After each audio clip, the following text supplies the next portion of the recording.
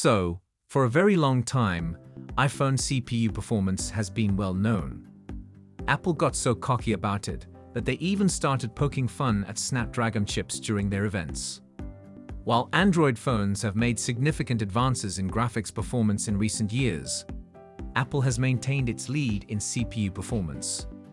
However, this status quo is now transforming with the Galaxy S24 Ultra and the Snapdragon 8 Gen 3.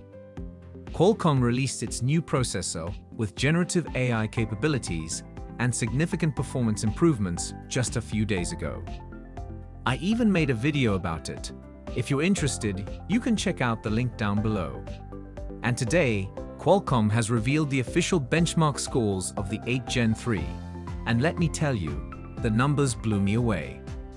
According to Geekbench 6, it got 7501 points in multicore, over 270 higher than the iPhone 15 Pro Max, which uses the A17 Pro processor. Significantly, a Snapdragon processor now outperforms Apple's A-series chip in Geekbench's multicore test for the first time in over a decade. Recall that although Geekbench isn't precisely tailored for Android, the 8 Gen 3 was still able to surpass Apple's top multicore performance.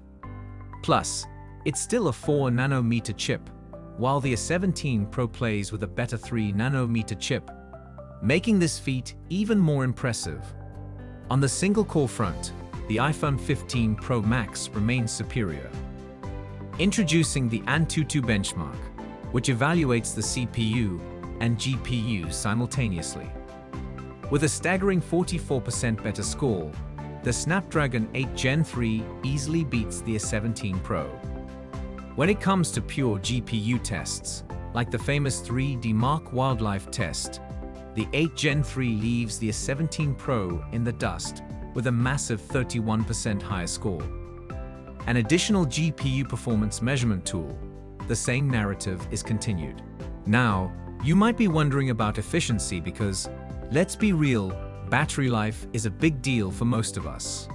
Well, here's the scoop. The 8 Gen 3 is more efficient than the A17 Pro. The A17 Pro's GPU peaks at 10.9 watt, according to the data, whereas the Adreno GPU achieves greater performance at 8.2 watt with reduced power consumption. So basically, the 8 Gen 3 chip not only performs better than Apple's latest in both CPU and GPU, but it does that while consuming less power. That means the battery life on the Galaxy S24 Ultra is likely to outlast the iPhone 15 Pro Max. Because Samsung is also employing an overclocked version of the 8 Gen 3, there will be an even greater performance difference between the 15 Pro Max and the S24 Ultra. You may be asking yourself why we even need so much electricity at this point.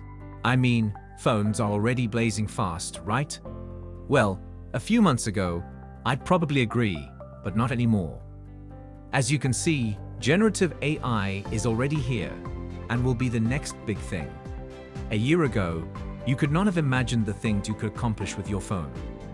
I mean, take for example, the object eraser for videos. Right now, if you want to take something out of a video, you have to spend hours using After Effects and be proficient with the program. However, all it takes to accomplish that with the S24 Ultra is a single button touch. But you see, these enormous increases will be put to use since generative AI requires a lot of processing power and memory, which will save you from having to stare at your screen for hours on end while AI processes data. So, let us know what you think in the comments section. And if you enjoy the video, give us a thumbs up. And don't forget to subscribe for more tech news. See you tomorrow. Peace out.